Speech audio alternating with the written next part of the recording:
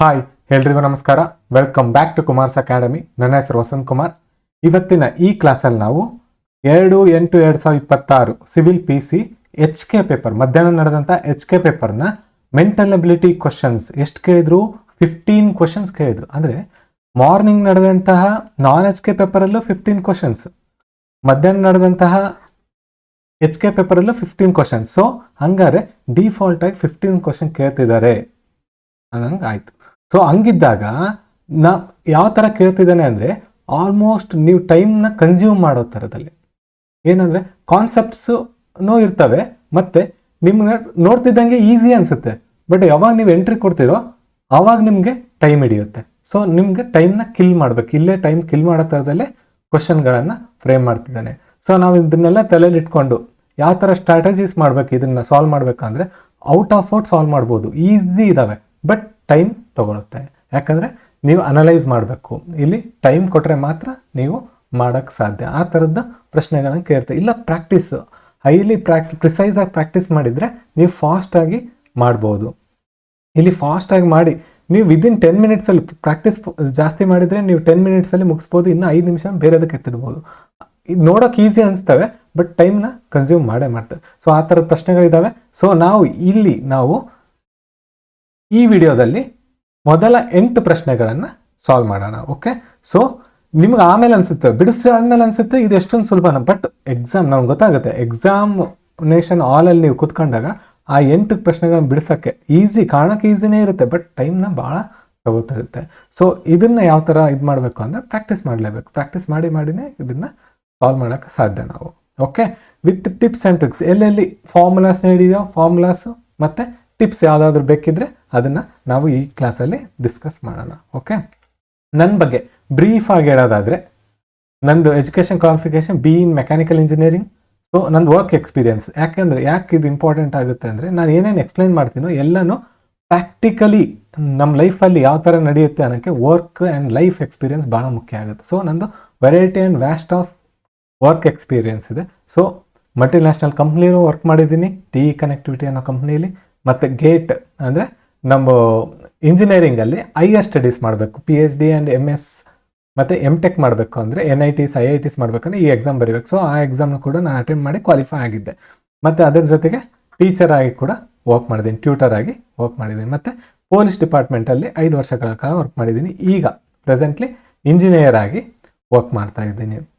Okay, examination achievements ಇದು ಭಾಳ ಮುಖ್ಯ. ಕರೆಕ್ಟಾ? ನಾನು ಯಾವ ಥರ ಸ್ಟ್ರಾಟಜೀಸ್ ಬಳಸಿದೆ ಸೊ ದಟ್ ನಾನು ಫಸ್ಟ್ ರ್ಯಾಂಕ್ ಪಡೀಲಿಕ್ಕೆ ಸಾಧ್ಯ ಆಯಿತು. ಸೊ ಇವನು ನಾವು ಕ್ಲಾಸಲ್ಲೇ ಡಿಸ್ಕಸ್ ಮಾಡ್ಕೋತ ಹೋಗೋಣ.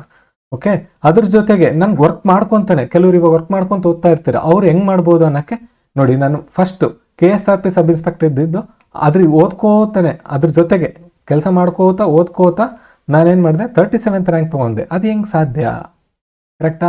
ವಿದಿನ್ 2 ಡಿಜಿಟ್, ಅದು ಜನರಲ್ ಮೆರಿಟಲ್ಲಿ ಪಾಸ್ ಆಗಬೇಕಂದ್ರೆ. ಓಕೆ, ಜನರಲ್ ಮೆರಿಟಲ್ಲಿ ವಿದಿನ್ 2 ಡಿಜಿಟ್ಸಲ್ಲಿ ಪಾಸ್ ಆಗಬೇಕಂದ್ರೆ something you have to do specially ಮಾಡಬೇಕಾಗಿರೋಂಥದ್ದು. ಸೊ ಅದೇನು ಅನ್ನೋದನ್ನು ನಾವು ಡಿಸ್ಕಸ್ ಮಾಡ್ತಾ ಹೋಗೋಣ, ಕಲಿತಾ ಡಿಸ್ಕಸ್ ಮಾಡ್ತಾ ಹೋಗೋಣ. ಓಕೆ, ಅದ್ರ ಜೊತೆಗೆ ಮತ್ತೆ ವರ್ಕ್ ಮಾಡ್ತಾನೆ ನಾನು ಸಿವಿಲ್ PSIಯಲ್ಲಿ 30th ರ್ಯಾಂಕ್ ಪಡಿತೀನಿ. ಸೊ ಅದ್ರ ಜೊತೆಗೆ ಬೇರೆ ಎಕ್ಸಾಮ್ಸ್ ಯಾವನ್ನು ಪಾಸ್ ಮಾಡಿದ್ದೀರಾ ಸರ್ ಅಂದರೆ, ನಾನು ಗೇಟ್ ಎಕ್ಸಾಮಲ್ಲಿ ಕ್ವಾಲಿಫೈ ಆಗಿದ್ದೆ, ನಾನು ಆಗಲೇ ಹೇಳಿದೆ. ಮತ್ತು RRB JE ಎಕ್ಸಾಮಲ್ಲಿ ಕ್ವಾಲಿಫೈ ಆಗಿದ್ದೆ, ಸೆಂಟ್ರಲ್ ಗೌರ್ಮೆಂಟ್ ಎಕ್ಸಾಮ್. ಮತ್ತು ಮತ್ತು KE ನಡೆಸಿದಂಥ ಎಕ್ಸಾಮು KPCL ನಲ್ಲಿ 3rd rank, HK 3rd rank and ಸ್ಟೇಟ್ಗೆ 7th ರ್ಯಾಂಕ್ ಪಡಿತೀನಿ. ಆಮೇಲೆ KS ಪ್ರಿಲಿಮ್ಸಲ್ಲಿ 2 ಬಾರಿ ನಾನು ಅಟೆಂಡ್ ಮಾಡಿರೋದೇ 2 ಟೈಮ್ಸ್ ಕೂಡ ಪ್ರಿಲಿಮ್ಸ್ನ ಪಾಸ್ ಮಾಡಿದ್ದೀನಿ. ಓಕೆ, ಸೊ ಇದು ನಂದು ಬ್ರೀಫ್ ಇಂಟ್ರೊಡಕ್ಷನ್. ಸೊ ಹೊಸದಾಗಿ ಬಂದಿರೋರಿಗೆ ಒಂದು ಇಂಟ್ರೊಡಕ್ಷನ್ ಇರಲಿ ಅಂತ ಹಾಕೊಂಡಿದ್ದೆ. ಓಕೆ, ಇದು ಫಸ್ಟ್ ಕ್ವಶನ್. ಇವು ಭಾಳ ಇಂಪಾರ್ಟೆಂಟ್ ನಮ್ಗೆ. ಅದಕ್ಕಿಂತ ಇವನ್ನ ಹೆಂಗೆ ಸಾಲ್ವ್ ಮಾಡ್ಬೇಕು, ಇದನ್ನು ಟೈಮ್ನ ನೋಡಿ. ಇದು ನೋಡ್ತಿದ್ದಂಗೆ ಏನಂದ್ರೆ ಭಾಳ ಈಸಿ ಅನಿಸುತ್ತೆ, ಬಟ್ ನೀವು ಯಾವಾಗ ಒಳಗೆ ಹಿಡಿತೀರೋ ಸ್ವಲ್ಪ ಅನಲೈಸ್ ಮಾಡಬೇಕು. ಒಂದೊಂದು ಲೈನು, ಇವಾಗ ಒಂದೇ ಆಪ್ಷನ್ನ ಅನಲೈಸ್ ಮಾಡಬೇಕಂದ್ರೆ ಒಂದು 10 to 15 ಸೆಕೆಂಡ್ಸ್ ಹಿಡಿಯುತ್ತದೆ. ಸೊ ಇದು ಫಸ್ಟ್ ಕ್ವಶನ್ ಅರ್ಥ ಮಾಡ್ಕೋಬೇಕು. ಅದಾದಮೇಲೆ ಇದನ್ನು ಅರ್ಥ ಮಾಡ್ಕೋಬೇಕು, ಇದನ್ನು ಅರ್ಥ ಮಾಡ್ಕೋ ಎಲ್ಲ 4 ಓದಲೇಬೇಕು. ಯಾಕಂದರೆ ಏನಾದ್ರು ಡಿಫ್ರೆನ್ಸಸ್ ಇದೆಯಾ ಅಂತ ಚೆಕ್ ಮಾಡಬೇಕಲ್ಲ, ಅದಕ್ಕಾಗಿ ನಾವು ಓದಲೇಬೇಕು. ಓಕೆ, ಫಸ್ಟು ರೂಲಿಗೆ ಬರೋಣ. ನಾವೇನೋ ಹೊರಗಡೆ ಕೂತವ್ರಿಗೆ ಏನು ನೋಡೋಕೆ ಈಸಿ ಅನಿಸುತ್ತೆ, ಬಟ್ ಅಲ್ಲಿ ಕೂತವ್ರಿಗೆ 1 ನಿಮಿಷ ಹಿಡಿಯುತ್ತೆ. ಸೊ ಆ ಥರದ ಪ್ರಶ್ನೆಗಳಿವು. ಓಕೆ, ರೂಲ್ ಏನಂತ ಹೇಳುತ್ತೆ ನೋಡಿ. Choose closed figures losing their sides. ಅಂದರೆ ಒಂದು ಕ್ಲೋಸ್ಡ್ ಆಗಿರೋ ಫಿಗರ್ ಇದೆಯಂತೆ, ಚಿತ್ರ ಇದೆ ಅಂತ, ಅದು ತನ್ನ ಬದಿಗಳನ್ನು ಕಳ್ಕೊಂತ ಹೋಗ್ತದೆ ಅಂತ. ಮತ್ತೆ and open figures gaining their sides, open figures ಇದಾವಂತೆ, ಅದು ತನ್ನ ಬದಿಗಳನ್ನು ಪಡ್ಕೋತ ಹೋಗಿ ಕ್ಲೋಸ್ ಆಗುತ್ತೋ ಏನೋ ನೋಡೋಣ ಅಂತ.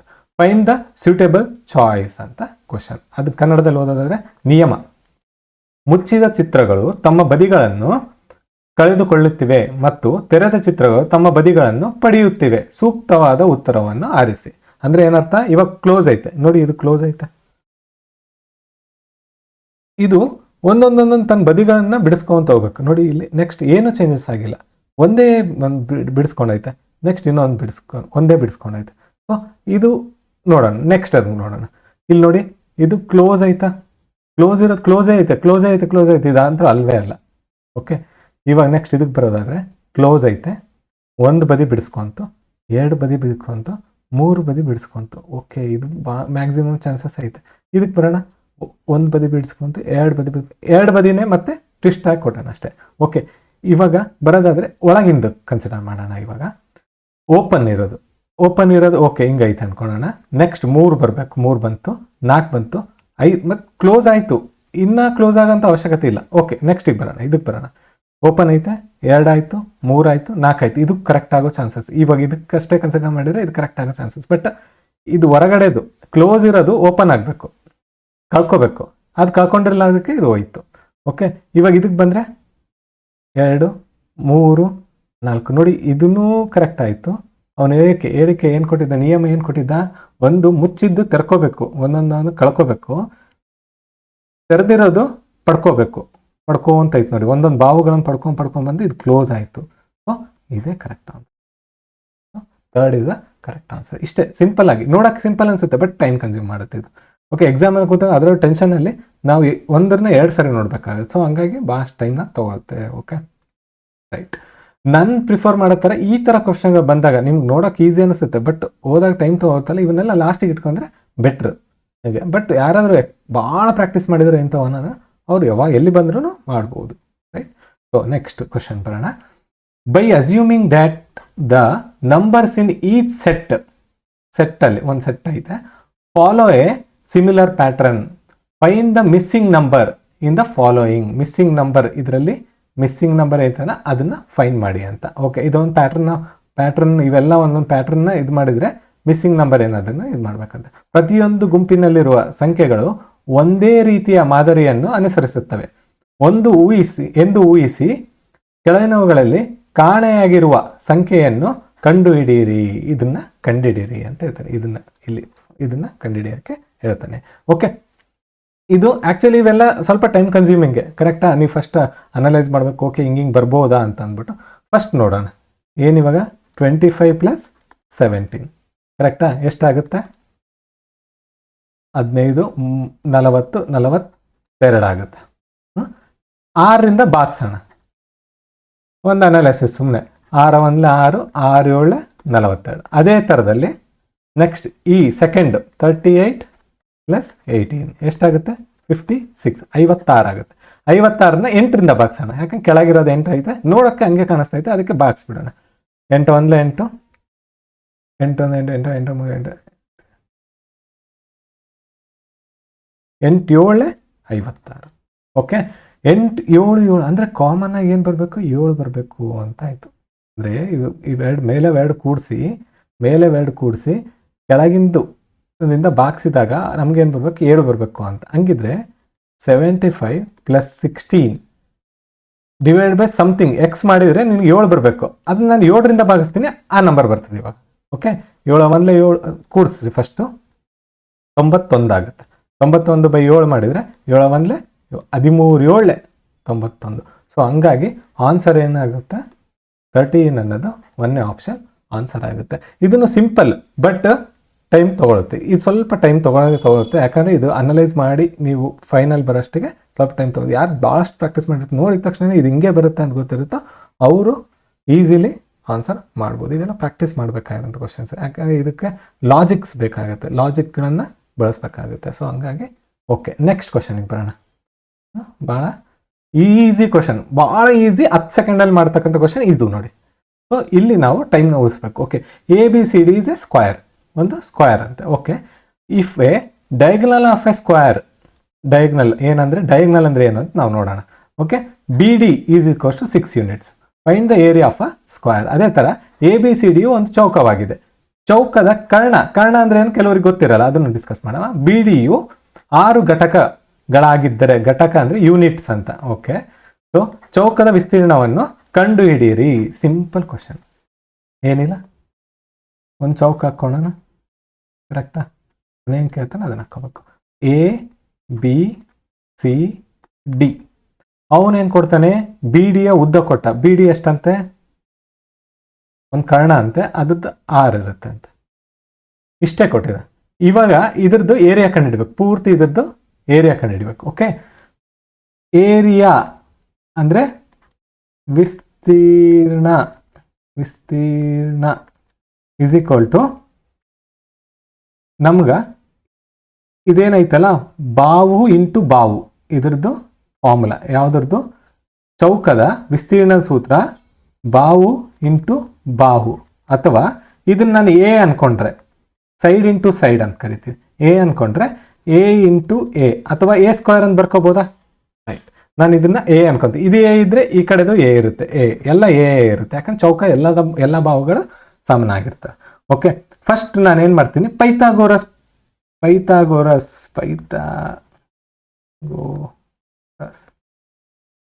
ಥಿಯರಮ್, ಥಿಯರಮ್ ಬಳಸೋದ್ರಿಂದ ನೋಡಿ, ಪೈಥಾಗೋರಸ್ ಪ್ರಮೇಯ ಏನಂತ ಹೇಳ್ತದೆ ಅಂದ್ರೆ, ಒಂದು ತ್ರಿಭುಜ ಇತ್ತು ಅಂದ್ರೆ, ಒಂದು ತ್ರಿಭುಜ ಈ ತರ ಇತ್ತು ಅಂದ್ರೆ, ಎ ಇದ್ದು ಇದು ಏನೋ ಈ ತರ ಬಿ ಅಂತಿತ್ತು ಅಂದ್ರೆ, ಎ ಸ್ಕ್ವೇರ್, ಇವು ಕರ್ಣ ಅಂದ್ರೆ ಇದು ನೋಡಿ, ಅತಿ ದೊಡ್ಡ ಬಾವು ಯಾವ್ದಿರ್ತದಲ್ಲ, ಇದು ಮಧ್ಯದಲ್ಲಿ ಒಂದು ಚೌಕದ ಮಧ್ಯದಲ್ಲಿ ಒಂದು ಗೆರೆ ಬಂದೈತಲ್ಲ, ಇದನ್ನ ಕರ್ಣ ಅಂತ ಕರಿತೀವಿ. ಅದೇ ತರ ಈ ಕಡೆ ಒಂದು ಕರ್ಣ ಇರುತ್ತೆ, ಇದನ್ನು ಒಂದು ಕರ್ಣ ಇರುತ್ತೆ. ಸೊ ಒಂದು ಚೌಕದಲ್ಲಿ 2 ಕರ್ಣಗಳಿರುತ್ತೆ, ಅದು ಬಿ ಡಿ ಅನ್ನೋದು ಒಂದು ಕರ್ಣ. ಓಕೆ, ನಾನಿವಾಗ ಆ ಈ ಕರ್ಣ ಅನ್ಕೊಂಡ್ರೆ ಇದನ್ನ, ಅದ್ರ ಆಪೋಸಿಟ್ ಸೈಡ್ 2 ಬಾವುಗಳು ಸಣ್ಣವಿರ್ತವೆ. ಸೊ ಎ ಸ್ಕ್ವೇರ್, ಇದ್ರದ್ದು ಸ್ಕ್ವೇರ್ ವರ್ಗ, ಇದ್ರದ್ದು ವರ್ಗಗಳ ಮೊತ್ತ ಈ ಕರ್ಣದ ವರ್ಗದ ಮೊತ್ತಕ್ಕೆ ಸಮ ಇರ್ತದೆ ಅಂತ ನಮ್ದು ಇದು. ಓಕೆ, ಇವಾಗ ಇದನ್ನ ಇಲ್ಲಿ ಬರ್ಕೊಂಡ್ರೆ, ಇದು ಬಿ ಬದಲಿಗೆ ಆರ್ ಮಾಡ್ಕೋಬೋದಾ? Okay, a square plus a square 2 ಸಜಾತಿ, ಸೇಮ್ ಜಾತಿ ನೋಡಿ, 2 ಸೇಮ್ ಜಾತಿ, ಅದಕ್ಕೆ 2 ಎ ಸ್ಕ್ವೇರ್ ಅಂತ ಬರಿಬೋದು. ಅದೇ ಬಿ ಸ್ಕ್ವೇರ್ ಅಂದ್ರೆ ಬಿ ಬದಲಿಗೆ 6 ಸ್ಕ್ವೇರ್, ಕರೆಕ್ಟಾ? 2 A square is equal to R square ಅಂದ್ರೆ 36, A square is equal to 36/2, 2 1 2 18 ಅಂದ್ರೆ A square is equal to ಎಷ್ಟಾಯ್ತು, 18. ಇದೆ ಉತ್ತರ, ಗೊತ್ತಾಯ್ತಾ? ಇದೆ ಉತ್ತರ. ಯಾಕೆ ಇದೆ ಉತ್ತರ?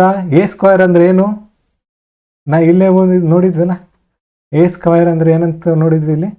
ಎ ಸ್ಕ್ವೇರ್ ಅಂದ್ರೆ ಅದು ಏನು, ಚೌಕದ ವಿಸ್ತೀರ್ಣ. ಎ ಸ್ಕ್ವೇರ್ ಅಂದ್ರೆ ಚೌಕದ, ಅವನು ಅದೇ ಕೇಳಿರೋದು, ಚೌಕದ ವಿಸ್ತೀರ್ಣ ಕೇಳಿರೋದು ನಮಗೆ. ಸೊ ನಾನು ಎ ಸ್ಕ್ವೇರ್ ಕಂಡುಹಿಡಿಬೇಕಿತ್ತು, ನಾನು ಎ ಸ್ಕ್ವೇರ್ ಈ ರೂಪದಲ್ಲಿ ಕಂಡುಹಿಡಿದೆ. ಇನ್ನೂ ಒಂದೆರಡು ಮೆಥಡಲ್ಲಿ ಬರ್ತವೆ. ಸೊ ನಿಮಗೆ ಸೈನ್ ಟೀಟಾ, ಕಾಸ್ ಟೀಟಾ ಅಂತ ಕೇಳಿರ್ತೀರ, ಜಸ್ಟ್ ಫಾರ್ ಇದು information purpose. Sine theta, cos theta ಇವೆಲ್ಲ ಇವಾಗ 10th ಬರ್ತಿದ್ದಾವೆ, 10th 9th ಅಲ್ಲೇ ಇಂಟ್ರಡ್ಯೂಸ್ ಮಾಡಿದ್ದಾರೆ. ಸೊ ಹಂಗಾಗಿ ಇವನು ಕೇಳ್ತಿದ್ದಾನೆ ಕ್ವಶನ್. ಅವನು ಏನೂ ಇಲ್ಲ, ಏನು ಮಾಡ್ತಿಲ್ಲ, ಏನು ಮಾಡ್ತಿದ್ದಾನೆ ಜಾಸ್ತಿ ಅಂದರೆ almost basic 8th 9th 10th maths problems ಡೈರೆಕ್ಟಾಗಿ ಈಸಿ ಇರೋ ಪ್ರಾಬ್ಲಮ್ಸ್ ತಂದು ಎಕ್ಸಾಮಲ್ಲಿ ಕೊಡ್ತಿದ್ದಾನೆ, 1 ನಿಮಿಷದಲ್ಲಿ ಸಾಲ್ವ್ ಮಾಡೋದು. ಓಕೆ, ಸೊ ಇವನ್ನೆಲ್ಲ ಕವರ್ ಮಾಡ್ತಿದೆ. ಈ ಕಾನ್ಸೆಪ್ಟ್ ಗೊತ್ತಿದ್ರು ನೀವು ಈಸಿಲಿ ಮಾಡ್ಬೋದು, ರೈಟ್? ನಾನು ಮುಂದಿನ ದಿನಗಳಲ್ಲಿ ಅದನ್ನ ಹೇಳ್ಕೊಂತ ಹೋಗ್ತೀನಿ, ಹೆಂಗೆ ಮಾಡೋದು ಹೆಂಗೆ ಅಂತ. ಓಕೆ, ಇವಾಗ ಅದೊಂದೇ ಮೆಥಡ್ ಸಾಕು. Next 34, complete the following series by choosing the correct answer from the choices given below. ಕೆಳಗೆ ಕೊಟ್ಟಿರೋದರಲ್ಲಿ ಚಾಯ್ಸಸ್ಗಳಲ್ಲಿ ಇದನ್ನ ನೋಡಿಕೊಂಡು ಕರೆಕ್ಟ್ ಕ್ವಶನ್ ಮಾರ್ಕ್ ಇರೋ ಪದಕ್ಕೆ ಯಾವ್ದು ಬರ್ತದೆ ಅಂತ ಹೇಳ್ಬೇಕಂತೆ. ಓಕೆ, ಕೆಳಗಿನ ಸರಣಿಯ ಮುಂದೆ ನೀಡಿರುವ ಆಯ್ಕೆಗಳಿಂದ ಸರಿಯಾದ ಉತ್ತರವನ್ನು ಆರಿಸಿ ಪೂರ್ಣಗೊಳಿಸಿ ಅಂತ ಹೇಳ್ತಾರೆ. ಕರೆಕ್ಟಾ? ಇದು ಯಾರ್ಯಾರು ಪ್ರಾಕ್ಟೀಸ್ ಮಾಡಿರ್ತಾರೋ ಅವ್ರು ಈಸಿಯಾಗಿ ಮಾಡ್ತಾರೆ, ಇಲ್ಲ ಅಂದರೆ ಸ್ವಲ್ಪ ಡಿಫಿಕಲ್ಟ್ ಆಗಿ. ಇಲ್ಲಿ ಏನೂ ಇಲ್ಲ, ಏನಿದೆ ಅಂದರೆ ಅದು ಯು ನೋಡಿ, ಪಿ ಅಂತೂ ಕಾಮನ್ ಆಗಿ ನೆಕ್ಸ್ಟ್ ಬರೋದು ಪಿ ಬರಲೇಬೇಕು. ಮಧ್ಯದ ಒಂದು ಗಮನ ಕೊಡಿ, ಮಧ್ಯದ ಲೆಟರ್. ಇವಾಗ PUT ಐತಲ್ಲ, ಅದರಲ್ಲಿ ಯು ಬಗ್ಗೆ ಗಮನ ಕೊಡಿ. POT ಅಲ್ಲಿ O ಬಗ್ಗೆ ಗಮನ ಕೊಡಿ. PIN ಅಲ್ಲಿ ಗಮನ ಕೊಡಿ. PEN ಅಲ್ಲಿ E ಬಗ್ಗೆ ಗಮನ ಕೊಡಿ. ನೆಕ್ಸ್ಟು ಇನ್ನೊಂದೇನೋ ಬರುತ್ತೆ, ಮಧ್ಯದ ಒಂದು ಚೇಂಜ್ ಆಗುತ್ತೆ. UOIE ಇದು ಹೆಂಗೆ ಅನಿಸ್ತೈತೆ ನೋಡಿ ನಿಮ್ಗೆ. ಸ್ವರಗಳು ಕನ್ನಡದಲ್ಲಿ ಸ್ವರಗಳು ಗೊತ್ತು, ಇಂಗ್ಲೀಷು ಸ್ವರಗಳ ಬಗ್ಗೆ ಗೊತ್ತು. ಅದಕ್ಕೆ ಇಂಗ್ಲೀಷ್ ಗೊತ್ತಿರಬೇಕು, ಸ್ವರಗಳ ಬಗ್ಗೆ ಗೊತ್ತಿರಬೇಕು. ಏನು ಇಂಗ್ಲೀಷ್ ಸ್ವರಗಳು? AEIOU ಇವು ಇಂಗ್ಲೀಷ್ ಸ್ವರಗಳು. ಸೊ ಇವುಗಳ ಬಗ್ಗೆ ನಮಗೆ ಗೊತ್ತಿರಲೇಬೇಕು.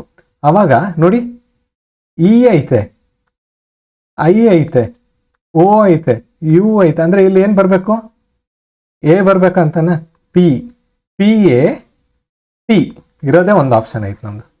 PAT ಅದು ಯಾವುದು ಆಪ್ಷನ್? ಆಪ್ಷನ್ ನಂಬರ್ 1 ಅದೇ ರೈಟ್ ಆನ್ಸರ್. ಇಷ್ಟೇ ಇರೋದು. ನಮಗೆ ಸ್ವರಗಳ ಬಗ್ಗೆ ಗೊತ್ತಿಲ್ಲ ಅಂದರೆ ಅವಾಗ ಕಷ್ಟ ಆಗುತ್ತೆ ನೋಡಿ. ಅದಕ್ಕೆ ಸ್ವರಗಳ ಜೊತೆ ನೆಕ್ಸ್ಟ್ ಎಕ್ಸಾಮಿಗೆ ನೀವು ಏನು ಕಲ್ತ್ಕೋಬೇಕು? ವ್ಯಂಜನಗಳ ಬಗ್ಗೆನೂ ಕಲ್ತ್ಕೋ. ವ್ಯಂಜನಗಳು ಏನೇನು ಬರ್ತವೆ, ಮತ್ತು ಸೀರೀಸು ABCD ಯಾವ್ಯಾವ ನಂಬರಿಗೆ ಬರುತ್ತೆ ಅವನ್ನೆಲ್ಲ ಸ್ವಲ್ಪ ತಿಳ್ಕೊಬೇಕು. A 1ನೇ ನಂಬರಿಗೆ ಬಂದರೆ, B 2ನೇ ನಂಬರ್, C 3ನೇ ನಂಬರ್, ಹಂಗೆ M ಎಷ್ಟನೇದ್ದು, N ಎಷ್ಟನೇದ್ದು, ಅದನ್ನ ಹೆಂಗೋ ಲಾಜಿಕಲಿ ಯೂಸ್ ಮಾಡಿಕೊಂಡು ನಾವು ಬೇಗನೆ ಆನ್ಸರ್ ಕಂಡುಹಿಡಬೇಕು. ಆ ಥರದಲ್ಲಿ ಪ್ರಿಪೇರ್ ಆಗಬೇಕು ಅಂತ ಇದ್ರ ಅರ್ಥ. ಓಕೆ, ನೆಕ್ಸ್ಟ್ ಕ್ವಶನ್ಗೆ ಹೋಗೋಣ. How many triangles are there in the following figure? ಕೆಳಗಿನ ಚಿತ್ರದಲ್ಲಿ ಎಷ್ಟು ತ್ರಿಭುಜಗಳಿವೆ ಅಂತ ಕ್ವಶನ್. ಕರೆಕ್ಟಾ? ಓಕೆ, ಈ ತ್ರಿಭುಜನ ಕೌಂಟ್ ಮಾಡಕ್ಕೆ ಸ್ಟಾರ್ಟ್ ಮಾಡಿ. ಕೌಂಟ್ ಹೆಂಗ್ ಮಾಡಬೇಕು ಅಂದರೆ, ಫಸ್ಟ್ ನಿಮಗೆ ಈಸಿಲಿ ಮತ್ತೆ ಕನ್ಫ್ಯೂಸ್ ಆಗಬಾರ್ದು, ಡಬಲ್ ಕೌಂಟ್ ಆಗಬಾರ್ದು. ಆ ಥರದಲ್ಲಿ ನಾನೇನು ಮಾಡ್ತೀನಿ, ಒನ್ ಟ್ರಯಾಂಗಲ್,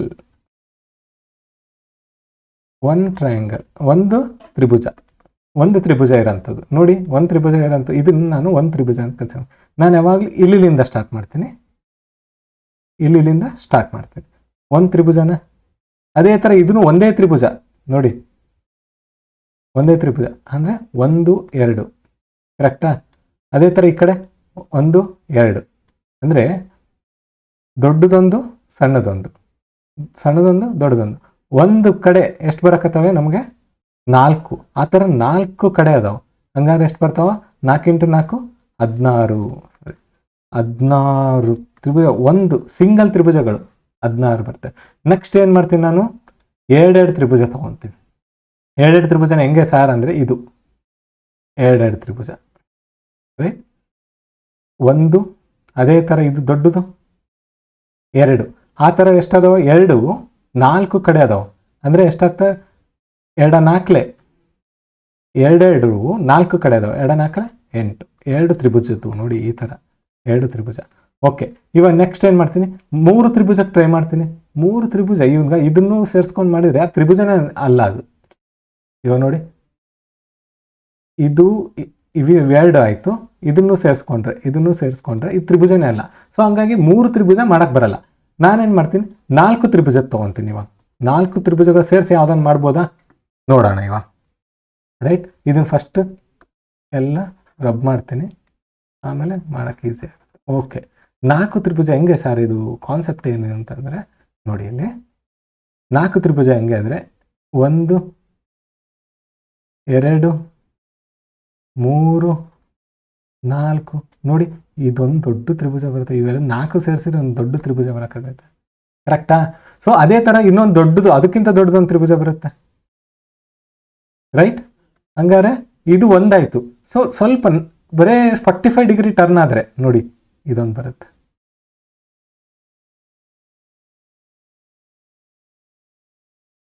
ಹಂಗೆ ಈ ಕಡೆ ಬಂದರೆ ಇದೊಂದು ಬರುತ್ತೆ. ಆ ಥರ 8 ಬರ್ತವೆ. 4 ತ್ರಿಭುಜ ನೀವು ಮಾಡಿ ನೋಡಿ. 4 ತ್ರಿಭುಜಗಳು ಸ್ವಲ್ಪ ಕೂತು ಅನಲೈಸ್ ಮಾಡಿದರೆ ನಿಮ್ಗೆ 4 8 ಬರ್ತವೆ.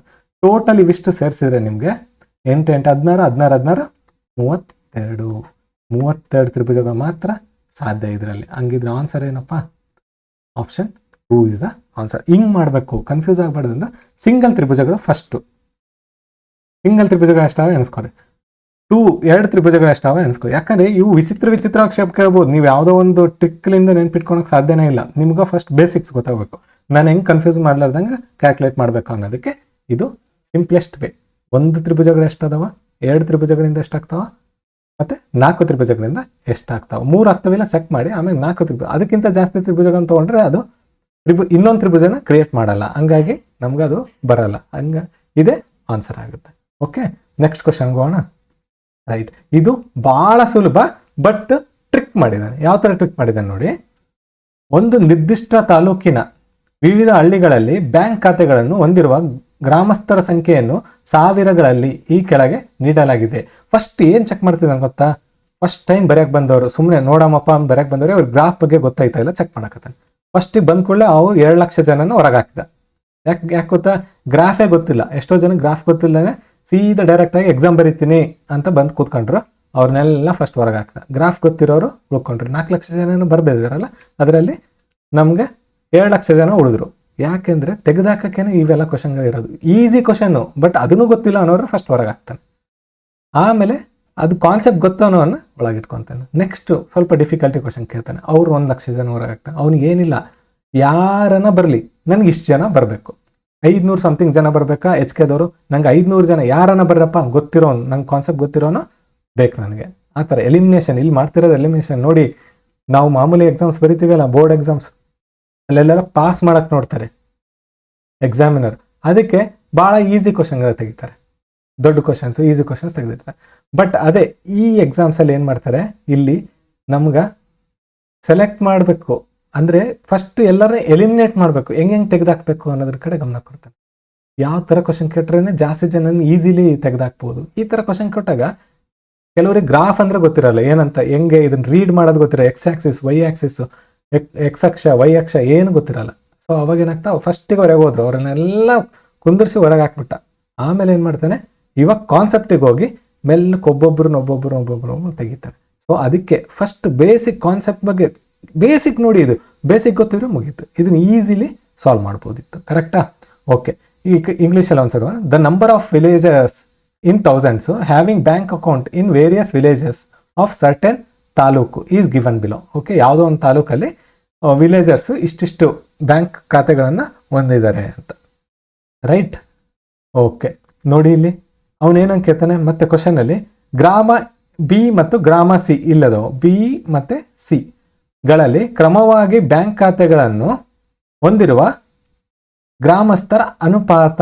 ಅನುಪಾತ ಅಂದ್ಕೊಳ್ಳಿ ಏನು ಮಾಡ್ಬೇಕು, ಸಿಂಪಲ್ ಆಗಿ ಇಲ್ಲಿ ಬರ್ರಿ, ಇಲ್ಲಿ ಬಂದ್ರ ಇದ್ರದ್ದೇನು 42, ಸಿದು ಬಿ ಇದು ತಗೋರಿ, ಅವನ ಅನುಪಾತ ಬರ್ಕೋರಿ. ಏನಂತ 42.5 ಅನುಪಾತ 20.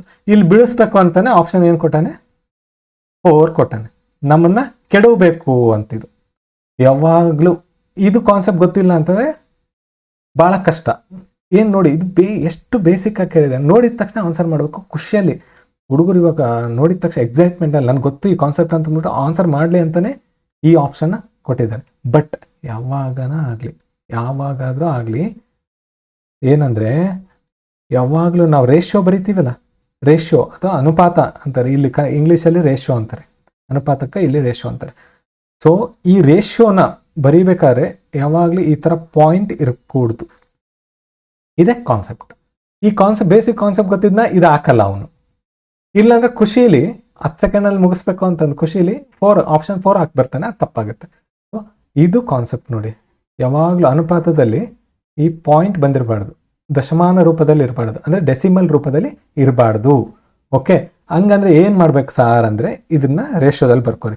42.5 ಡಿವೈಡೆಡ್ ಬೈ 20 ಹಿಂಗಾಯ್ತಾ. ನಾನೇನು ಮಾಡ್ತೀನಿ, ಇದನ್ನ 425 ಅಂತ ಮಾಡ್ಕೋಬೋದಾ? ಮೇಲೆ ಇಂಟು 10ರಿಂದ ಗುಣಿಸ್ತೀನಿ, ಕೆಳಗಡೆ ಇಂಟು 10ರಿಂದ ಗುಣಿಸ್ತೀನಿ. ಆವಾಗ ಕೆಳಗಡೆ ಏನಾಗ್ತದ, 200 ಆಯಿತು. ಓಕೆ, ಇವಾಗ ಏನು ಮಾಡ್ತೀನಿ ನಾನು, ಫಸ್ಟ್ 5ರಿಂದ ಭಾಗ ಹೊಡಿತೀನಿ. 5 40, 5 8 40, 2 ಉಳಿತು, 5 5 25, ಮತ್ತೆ 85/40 ಬಂತು.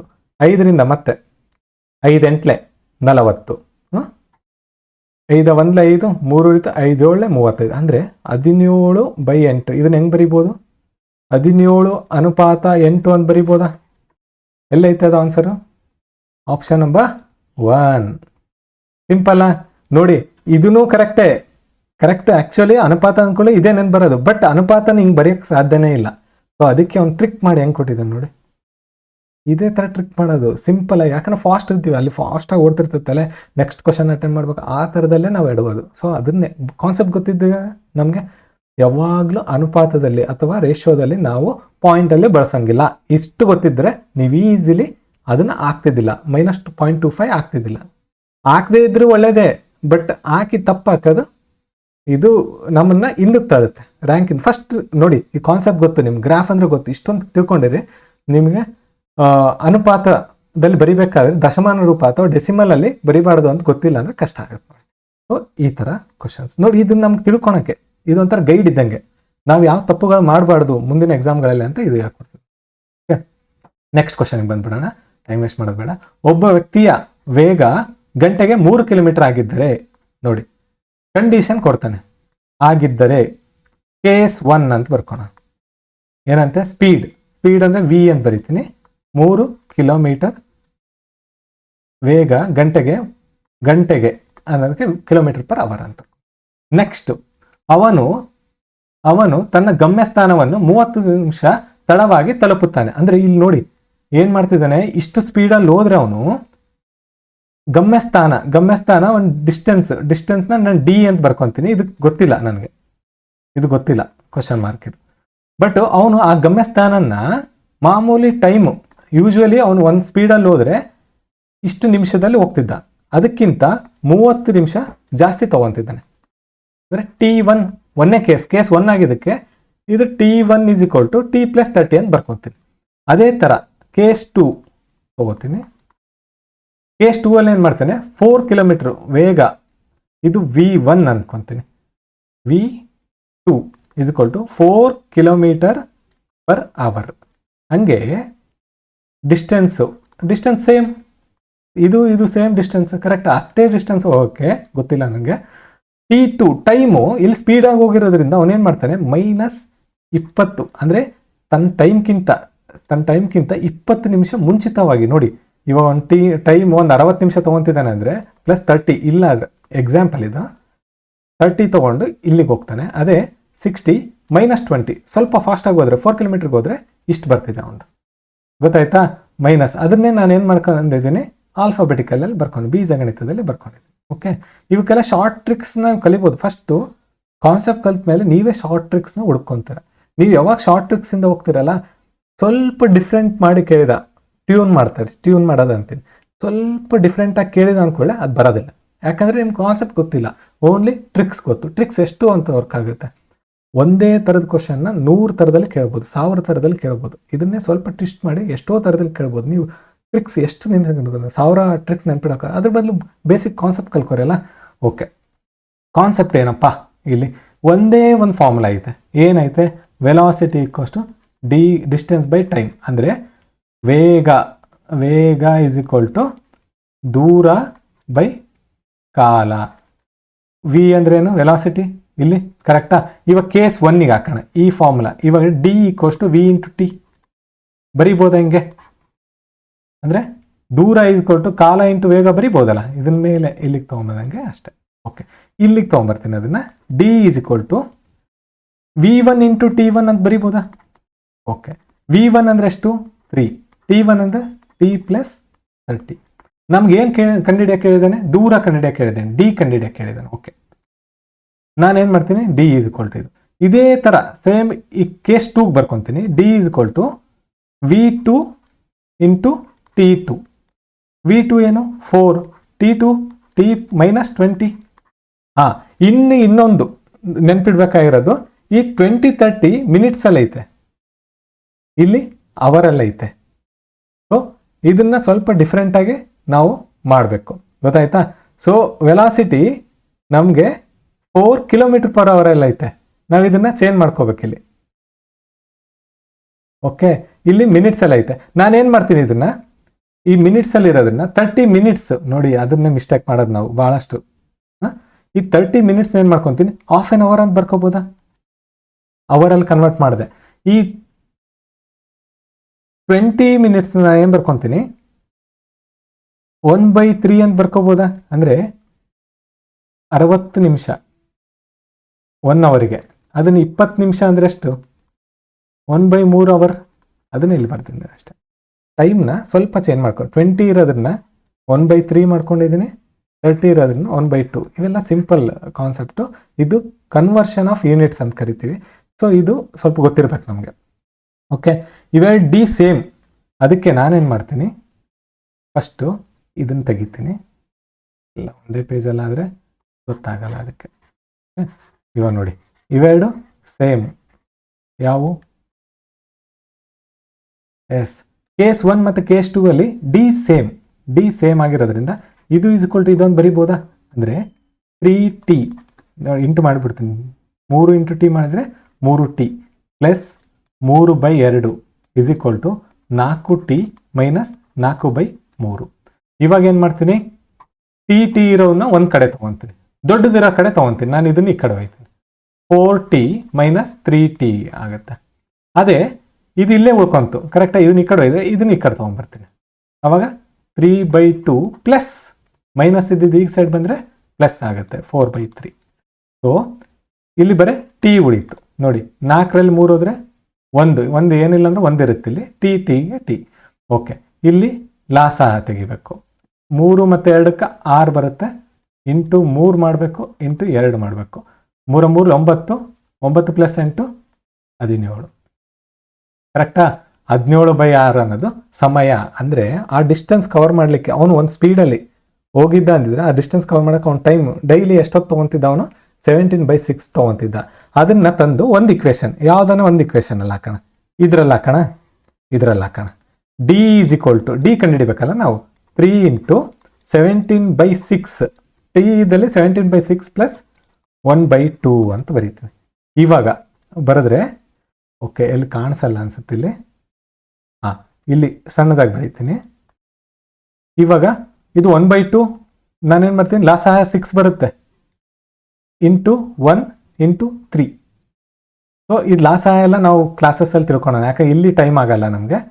17 1 17, 1 3 3, 17 ಪ್ಲಸ್ 3 20 ಇಂಟು 3, 3 1 3 2 2 2 10. ಅಂದರೆ ಡಿಸ್ಟೆನ್ಸ್ ಎಷ್ಟು ಅಂತ ಗೊತ್ತಾಯಿತು. D is equal to 10 kilometre ದೂರ. ಅವನು ಹೋಗೋ ಗಮ್ಯ ಸ್ಥಾನ ಅಂತ ಏನೈತಲ್ಲ ಅದು 10 ಕಿಲೋಮೀಟರ್. ಇದು ಬೇಸಿಕ್ಕು, ಏನಿಲ್ಲ. ಇಲ್ಲಿ ಏನು ಮಾಡ್ಬೇಕಾಗಿತ್ತು ನಾವು, ಫಸ್ಟು ಸ್ಟೇಟ್ಮೆಂಟ್ನ ಇಕ್ವೇಷನ್ ಆಗಿ ಬರ್ಕೋಬೇಕಷ್ಟೆ. ಇದೊಂದು ಸ್ಟೇಟ್ಮೆಂಟ ಹೇಳಿಕೆ ರೂಪದಲ್ಲಿ ಐತೆ, ಅದನ್ನ ಇಕ್ವೇಷನ್. ನಾವು ನೋಡಿ 1 ಅನ್ನೋದನ್ನ ಹೆಂಗೆ ಬರೆಯಕ್ಕೆ ಸ್ಟಾರ್ಟ್ ಮಾಡಿದ್ವಿ, 1 ಅಂತ ಹಿಂಗೆ ಬರೆಯಕ್ಕೆ ಸ್ಟಾರ್ಟ್ ಮಾಡಿದ್ವಾ? ಅದೇ ಥರದಲ್ಲಿ ನಮ್ಮೊಂದು ಸ್ಟೇಟ್ಮೆಂಟ್ ಕೊಟ್ಟಿದ್ದಾನೆ, ಅದನ್ನ ಇಕ್ವೇಷನ್ ಆಗಿ ಕನ್ವರ್ಟ್ ಮಾಡ್ಕೊಂಡು ಒಂದ್ಸರಿ ಇಕ್ವೇಷನ್ ಕನ್ವರ್ಟ್ ಮಾಡ್ಕೊಂಡ್ರೆ ಇದೆಲ್ಲ ಮಾಡೋದು ಸುಲಭ. ಯಾವಾಗ ಸಿಂಪ್ಲಿಫಿಕೇಶನ್ ಅಂತ ಗೊತ್ತಾಗುತ್ತೆ. ಸೊ ಇವಕ್ಕೆಲ್ಲ ನಮ್ಮ ಕ್ಲಾಸಸ್ನ ಫಾಲೋ ಮಾಡಿ ನಾವು 0ದಿಂದ ಸ್ಟಾರ್ಟ್ ಮಾಡ್ತಿದ್ದೀನಿ. ಯಾವ ಥರ ಸಿಂಪ್ಲಿಫಿಕೇಶನ್ ಮಾಡಬೇಕು, ಯಾವ ಥರ ಕಾನ್ಸೆಪ್ಟ್ನ ಕಾನ್ಸೆಪ್ಟ್ನ ಒಂದ್ಸರಿ ಅರ್ಥ ಮಾಡ್ಕೊಂಡ್ರೆ ನೀವು ಇದಕ್ಕೆ ಮಾತ್ರ ಸೀಮಿತ ಅಲ್ಲ. ಈ ಕಾನ್ಸೆಪ್ಟ್ನ ನೀವು ಬೇರೆ ಏನೋ ವಿಷಯಗಳಲ್ಲಿ ಅಥವಾ ಬೇರೆ ಸಮಸ್ಯೆಗಳಲ್ಲಿ ನೀವು ಇದನ್ನು ಬಳಸ್ಬೋದು. ಸೊ ಒಂದೇ ಕಾನ್ಸೆಪ್ಟ್, ಸೇಮ್ ಕಾನ್ಸೆಪ್ಟ್ ನೋಡಿ, ಕೂಡೋದು, ಕಳೆಯೋದು, ಗುಣಕಾರ ಮಾಡೋದು, ಭಾಗಾಕಾರ ಮಾಡೋದು ಗೊತ್ತು. ನಮ್ಗೇನು ಗೊತ್ತಿಲ್ಲ, ಸ್ಟೇಟ್ಮೆಂಟ್ನ ಇಕ್ವೇಷನ್ ಆಗಿ ಕನ್ವರ್ಟ್ ಮಾಡ್ಕೊಳೋದು ಗೊತ್ತಿಲ್ಲ. ಸೊ ಅದನ್ನೊಂದು ಕಲ್ಕೊಂಡ್ಬಿಟ್ರೆ ಮುಗೀತು. ಇವಕ್ಕೆಲ್ಲ ಶಾರ್ಟ್ ಟ್ರಿಕ್ಸ್ ಬರ್ತವೆ. ಶಾರ್ಟ್ ಟ್ರಿಕ್ಸ್ ನೀವೇ ಕಂಡ್ಕೋಬೇಕು. ಫಸ್ಟ್ ಕಾನ್ಸೆಪ್ಟ್ ಗೊತ್ತಿದ್ದು, ಬೇಸಿಕ್ ಮೆಥಡ್ಸ್ ಗೊತ್ತಿದ್ರೆ ಮಾತ್ರ ನಿಮ್ಗೆ ಇದು ಸಾಧ್ಯ ಆಗುತ್ತೆ. Okay, next 10th question. Right, the selling price of an article is 40 more than the profit. ಅಂದರೆ ಏನಂತ ತಾನೆ, ಸೆಲ್ಲಿಂಗ್ ಪ್ರೈಸ್ ನಾವು ಹಿಂಗೆ ಬರ್ಕೊತೀವಿ. ಸೆಲ್ಲಿಂಗ್ ಪ್ರೈಸ್ ಅಂದರೆ ಮಾರಿದ ಬೆಲೆ ಅಥವಾ selling price is equal to P plus 40 ಅಂತೆ. ಪ್ರಾಫಿಟ್ ಅಂದರೆ ಲಾಭಕ್ಕಿಂತ 40 ರೂಪಾಯಿ ಜಾಸ್ತಿ ಇರ್ತದೆ ಅಂತೆ. ಓಕೆ, ಆಮ್ಯಾಗ ಇನ್ನೊಂದು ಇದು ಕೊಡ್ತಾನೆ. If the cost price is 40% of the selling price. Cost price ಅಂದರೆ ಕೊಂಡ ಬೆಲೆ. ಕಾಸ್ಟ್ ಪ್ರೈಸ್ ಅಂದರೆ ಕೊಂಡ ಬೆಲೆ. ನೋಡಿ ಇಲ್ಲಿ, ಕೊಂಡ ಬೆಲೆ ಅಂದರೆ cost price is equal to 40% of the selling. 40% of selling price. ಇವೆರಡು ಇಕ್ವೇಶನ್ ಅವ್ನು ಕೊಟ್ಟಿರೋದು. ಇಷ್ಟೇ, 1ನೇ ಇಕ್ವೇಶನ್ 2ನೇ ಇಕ್ವೇಶನ್ ಕೊಟ್ಟಿರೋದು.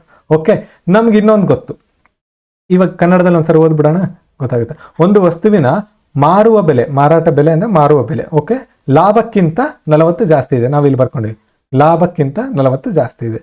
ಓಕೆ, ಒಂದು ವೇಳೆ ಖರೀದಿ ಬೆಲೆ ಅಂದರೆ ಕೊಂಡ ಬೆಲೆ. ಖರೀದಿ ಬೆಲೆ ಅಂದರೆ ಒಂದು ಕೊಂಡ ಬೆಲೆ. ಮಾರಾಟದ ಬೆಲೆಯ 40%, ಮಾರಾಟದ ಸೆಲ್ಲಿಂಗ್ ಪ್ರೈಸಿನ 40% ಆಗಿದ್ದರೆ ಖರೀದಿ ಬೆಲೆಯನ್ನು ಕಂಡುಹಿಡಿಯಿರಿ. ಏನಂತ, ಸೆಲ್ಲಿಂಗ್ ಪ್ರೈಸ್ನ ಕಂಡುಹಿಡಿಬೇಕಂತ, ಎಸ್ ಪಿನ ಕಂಡುಹಿಡಿ ಅಂತ ಹೇಳ್ತದೆ. S P is equal to what ಅಂತ ಕೇಳ್ತಾನೆ. ಓಕೆ, ಇವಾಗ ನಮ್ಗೆ ಇನ್ನೊಂದು ಗೊತ್ತು ಏನು ಅಂತಂದರೆ, selling price is equal to ಮಾರಿದ ಬೆಲೆ. ಮಾರಬೇಕಾದ್ರೆ ಏನು ಮಾಡ್ತೀವಿ, ಲಾಭ ಬೇಕು ಅಂದರೆ, ನಮ್ಗೆ ಲಾಭ ಬೇಕು ಅಂದರೆ ಏನು ಮಾಡ್ತೀವಿ, ಕಾಸ್ಟ್ ಪ್ರೈಸ್ ಕೊಂಡ ಬೆಲೆ ಪ್ಲಸ್ ಪ್ರಾಫಿಟ್. ಕರೆಕ್ಟಾ? ನಾವು ನೋಡಿ, ನಾವು ಎಷ್ಟು ತೊಗೊಂಡಿರ್ತೀವಿ ಅದಕ್ಕೆ ಪ್ರಾಫಿಟಲ್ಲಿ ಮಾರಿದ್ರೆ ಸೆಲ್ಲಿಂಗ್ ಪ್ರೈಸ್. ನಾವು ಅದೇ ಬಿಸ್ನೆಸ್ ಮಾಡ್ಬೇಕಾದ್ರೆ ಅದೇ ಮೈಂಡ್ಸೆಟ್ಟಿಂದ ಮಾಡಬೇಕು. ಸೆಲ್ಲಿಂಗ್ ಪ್ರೈಸ್ ಮಾಡಿದಾಗ ನಮ್ಗೆ ಸ್ವಲ್ಪ ಲಾಭ ಉಳಿಬೇಕು. ಅದು ನಮಗೆ ಒಂದು ಇಕ್ವೇಶನ್. ನೆಕ್ಸ್ಟ್ ಇನ್ನೊಂದು, S P is equal to P plus 40. ಇದೊಂದು ಇಕ್ವೇಶನ್. ಓಕೆ, ಇವಾಗ ನೋಡಿ ಎಸ್ ಪಿ ಸೇಮಾ ಅಂದರೆ ಎಸ್ ಪಿ ಇದ್ದಲ್ಲಿ ನಾನು ಪಿ ಪ್ಲಸ್ 40 ಅಂತ ಬರ್ಕೋಬೋದಾ? ಇಲ್ಲಿ ಬರ್ಕೊಳ್ಳೋಣ.